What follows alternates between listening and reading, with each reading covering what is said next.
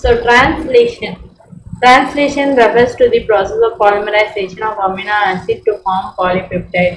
So translationன்றது என்ன refer பண்ணுதுன்னா வந்து பாலிமரைசேஷன் அமினோ ஆசிடா வந்து பாலிமரைசேஷன் பண்ணி நம்மளுக்கு வந்து பாலிபெப்டைட்ன்றது நம்மளுக்கு ஃபார்ம் ஆகுது. அதான் டிரான்ஸ்லேஷன்.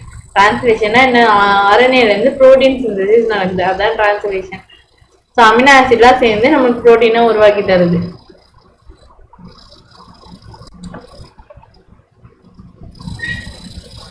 இதுதான் டிரான்ஸ்லேஷன். எம்ஆர்என்ஏ இருக்குது. எம்ஆர்என்ஏல ரைபோசோம் கீழே வந்து ஸ்மால் சப் யூனிட் அது உட்காந்துருக்கும். நெக்ஸ்ட் அதுக்குமா வந்து லார்ஜ் சப் யூனிட் வந்து இங்கே இருக்கும். டிஆர்என்ஏ இதை இங்கே வந்து கரெக்டான கோடு எடுத்துன்னு வந்து வச்சுருந்தேன். இங்கே மேலே இருக்க அமினோ ஆசிடில் பாலிபெப்டைட் செயின் மாரி ரெடி ஆகுது. ஸோ ஒரு அமினோ ஆசிடை வந்து பெப்டைட் செயின்னால வந்து லிங்க் ஆகி நமக்கு வந்து ப்ரோட்டீன்றது வந்து நமக்கு ரெடி ஆகும். அதுதான் இங்கே சொல்கிறாங்க. அமினோ ஆசிட் பாலிமரைசேஷன் வந்து நமக்கு பாலிபெப்டைட்ன்றது ஃபார்ம் ஆகுது. The order of sequence of amino acid are defined by the sequence of bases in mRNA. So the order and sequence of amino acid வந்து நம்ம பேஸ் ஆஃப் எம்ஆர்என்ஏயோட பேஸில் தான் நம்ம வந்து இந்த அமினோ ஆசிட் சீக்வன்ஸ்ன்றது வந்து ரெடி ஆகுது. அமினோ ஆசிட்ன்றது வந்து ஜாயின்ட்லி பாண்ட் ஆகுறது வந்து பெப்டைட் பாண்ட் மூலிமா பாண்ட் ஆகும். And formation of peptide bondன்றது வந்து எனர்ஜி தேவை அதுக்கு. And therefore the first phase itself amino acid are activated in the presence of ATP and linked to their conjugate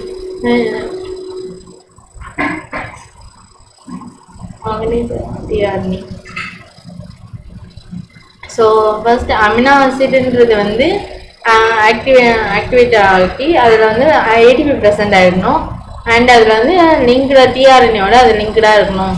so இந்த ப்ராசஸ்க்கு நம்மனா நம்ம வந்து சார்ஜிங் ஆஃப் டிஆர்என்ஏன்னு நம்ம சொல்லுவோம். அமினோ அசைலேஷன் ஆஃப் டிஆர்என்ஏன்றது வந்து மோர் ஸ்பெசிஃபிக்காக நம்ம இதில் வந்து அமினோ அசைலேஷன் ஆஃப் டிஆர்என்ஏன்றது வந்து மோர் ஸ்பெசிஃபிக்காக நம்ம சொல்லுவோம். சார்ஜிங் ஆஃப் டிஆர்என்ஏன்னு சொல்லலாம், அமினோ அசைலேஷன் ஆஃப் டிஆர்என்ஏன்னு சொல்லலாம். அதான் அவங்க சொல்கிறாங்க இந்த ப்ராசஸ் பேர். Search to charge tRNA are brought closely enough to the formation of peptide bond. So அந்த டூ சார்ஜ் டிஆர்என்ஏன்றது வந்து க்ளோஸாக இருக்கும் அண்ட் பெப்டைட் பாண்ட் ஃபார்மேஷன் பண்ணுவாங்க. அண்ட் பிட்வீன் தி டூ ஃபேவர்டாக இருக்கும்போது எனர்ஜெட்டிக்காக அது வந்து பெப்டைட் பாண்டுன்றது ஃபார்ம் பண்ணுது.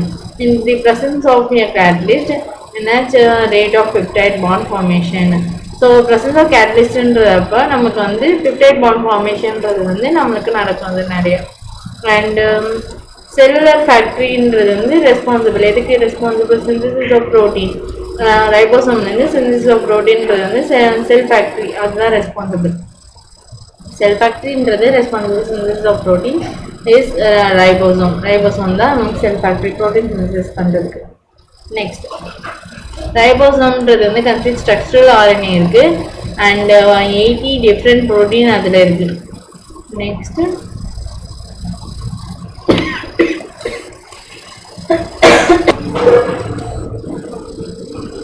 it is inactivate state. It exists as two subunit, a large subunit and small subunit. இது வந்து இன்ஆக்டிவ் ஸ்டேட்டில் தான் இருக்கும். எக்ஸிஸ்ட் 2 சப்யூனிட்டாக இருக்கும். லார்ஜ் சப்யூனிட் ஒன்று, ஸ்மால் சப்யூனிட் ஒன்றா இருக்கும். ஸோ ஸ்மால் சப்யூனிட்ன்றது எம்ஆர்என்ஏல இருக்கும். அண்டு ப்ராசஸ் ஆஃப் ட்ரான்ஸ்லேஷன் அப்போது எம்ஆர்என்ஏலேருந்து ப்ரோட்டீன்ன்றது வந்து ஆரம்பிக்கும். நெக்ஸ்ட் இந்த டூ சைட் இருக்கும். லார்ஜ் சப்யூனிட்ன்றது வந்து ஃபார் சப்யூனிட் அமினோ ஆசிட்ன்றது பைண்ட் ஆகி நம்மளுக்கு வந்து என்னப்பா நம்மளுக்கு வந்து ஃபார்மேஷன் ஆஃப் பெப்டைட் பாண்ட் ஃபார்மேஷன்ன்றது நம்மளுக்கு நினைப்போம். அண்ட் ரைபோசோம்ன்றது வந்து இதில் கேட்டலிஸ்ட்டாக ஆக்ட் பண்ணுது. இதில் இருக்க கேட்டலிஸ்ட் யாருன்னா 23S RNA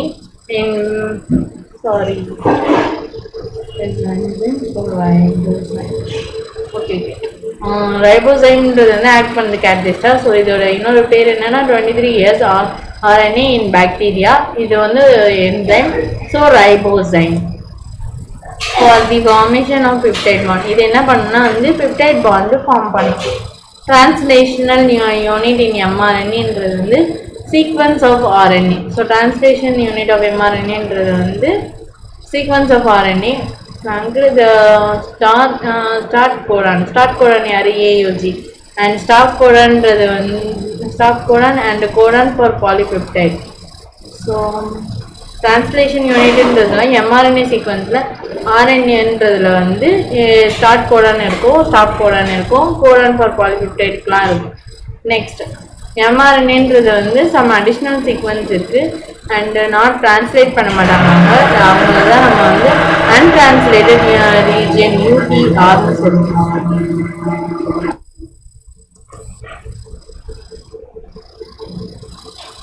ஸோ mRNAன்றதுல வந்து அடிஷ்னல் சீக்வன்ஸ் இருக்குது, நான் டிரான்ஸ்லேட்டட்ன்றதை நம்ம வந்து அன்டிரான்ஸ்லேட்டட் ரீஜன்னு சொல்கிறோம், அது யூடிஆர். ஓகே, நெக்ஸ்ட் யூடிஆர்ன்றது வந்து ப்ரெசென்ட்டாக இருக்கிறது போத் 5' எண்ட்லேயும் இருக்கும், பிஃபோர் ஸ்டார்ட் கோடானுக்கு முன்னாடி அங்கே இருக்கும், அண்ட் 3' எண்டில் வந்து ஆஃப்டர் ஸ்டாப் கோடானுக்கு அப்புறமா வந்து 3' எண்டில் வரும். And the required for efficient translation process.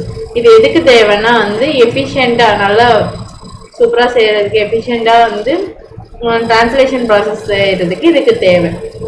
For initiation on the ribosome bind to the mRNA at the start codon AUG that is recognized only by the initiator tRNA.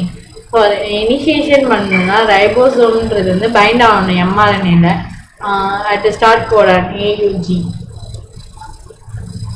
So அதை recognise பண்ணி அதை வந்து initiated டிஆர்என்ஏன்றது மூலமா இந்த இதுவும் start பண்ணுவாங்க. இனிஷியேஷன்ன்றது ரைபோசோம்ன்றது வந்து ப்ரெசீட் பண்ணும் எலாங்கேஷன்ற பேஸில். அப்போ தான் நமக்கு ப்ரோட்டீன் சிந்தசிஸ்ன்றது வந்து எலாங்கேஷன் பேஸ் ஆஃப் ப்ரோட்டீன் சிந்தசிஸ்ன்றது ரைபோசோமில் ப்ரொடியூஸ் ஆகும். டியூரிங் இந்த ஸ்டேஜில் வந்து காம்ப்ளெக்ஸான ஒரு காம்ப்ளெக்ஸ் காம்போஸ் அமினோ ஆசிட்ன்றது வந்து லிங்க் ஆகிருக்கும் டிஆர்என்ஏவோட.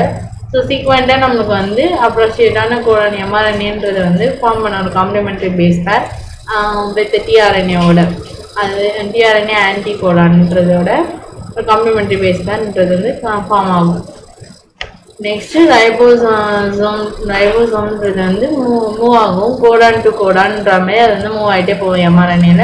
நெக்ஸ்ட் அமினோ ஆசிட்ன்றது வந்து 1 by 1 ஆட் ஆகி அது வந்து டிரான்ஸ்லேட் டு பாலிபெப்டைடாக ஆகும். அந்த சீக்வன்ஸ்ன்றது வந்து detect DNA and represented by mRNA மூலமா டிஎன்ஏக்கு நம்மளுக்கு இந்த பாலிபெப்டைட் சீக்வன்ஸ்ன்றது டிடெக்ட் ஆச்சு.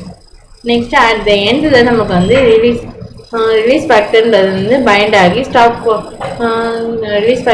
பைண்ட் ஆகி டு ஸ்டாப் கோடான்றதுக்கு பைண்ட் ஆகி டு ஸ்டாப் கோடான்காகும். நெக்ஸ்ட் டெர்மினேட் ஆகும் ட்ரான்ஸ்லேஷன். நெக்ஸ்ட்டு ரிலீஸ் ஆகிடும் அந்த கம்ப்ளீட் பாலிபெப்டைடு ஃப்ரம் ரைபோசோம்லேருந்து அந்த கம்ப்ளீட் பாலிபெப்டைன்றது வந்து ரிலீஸிங் ஆயிரும் அப்படின்றாங்க. ஸோ இங்கே என்ன சொல்கிறாங்கன்னா, இப்போ இந்த மாதிரி ஒரு இந்த இது இருக்குல்ல, இதில் வந்து இந்த டிஆர்என்ஏன்றது இருக்குது, அதில் வந்து இப்படிக்கா mRNA இப்படி இருக்குன்னா இப்படிக்கா இப்படின்னு சொல்லிட்டு போயிட்டே இருக்கும். அடுத்ததுன்ற மாதிரி நீங்கள் வந்து அமினோ ஆசிட் சீக்வன்ஸ்ன்றது ஜாயின் பண்ணி போயிட்டே இருக்கும். ஸோ டெர்மினேட்டில் வந்து நமக்கு ஸ்டாப் கோடான் வந்ததுக்கப்புறமா வந்து அங்கே ஸ்டாப் ஆகிட்டு நம்மளுக்கு வந்து அதுக்குள்ளே நீங்கள் வந்து ஃபுல் பாலிபெப்டைன்றது வந்து ரெடி ஆகிடும். ஸோ இந்த கம்ப்ளீட் ப்ராசஸ்மே நமக்கு வந்து முடிஞ்சிடும் அப்படின்றாங்க. Next regulation of gene expression. Regulation of gene எக்ஸ்பிரஷன்ன்றது வந்து very good term and may occurs in various levels. Consider the gene expression in result in the formation of polypeptide and regulate the cellular level. So regulation of gene expression வந்து various level வேறு லெவலில் எப்படி regulate ஆகுது gene எக்ஸ்பிரஷன்லாம் எப்படி இருக்குன்ற மாதிரி. So இப்போ நம்ம வந்து ஒரு ஜீன் எக்ஸ்பிரஷனோட ரிசல்ட்டுன்றது வந்து பெப்டைட் ஃபார்மேஷன் நடக்குது, அந்த மாதிரி இந்த மாதிரி அது வந்து ஃபார்மேஷன் நடக்குதுன்னா அது வந்து ரெகுலேட் பண்ணும் சிவரல் லெவலுக்கு. ஓகே, இப்போ ஸ்டார்ட் ஆகி அப்படின்னு நின்றக்கூடாதுல்ல, அதை ரெகுலேட் பண்ணுறது அதுதான் ரெகுலேஷன் லெவல் இது இருக்குன்றாங்க. இன் நியூக்ளியேட்ஸ்ன்னு பார்த்தோன்னா regulation could be exerted at transcription லெவல்ன்றது வந்து ஃபார்மேஷன் ஆஃப் ப்ரைமரி டிரான்ஸ்கிரிப்ஷன் லெவல்ன்றது பார்த்தோன்னா நம்ம யூகேரியில் ஃபார்மேஷன் ஆஃப் ப்ரைமரி டிரான்ஸ்கிரிப்ட் வர இருக்கும். நமக்கு வந்து டிரான்ஸ்கிரிப்ஷன் 11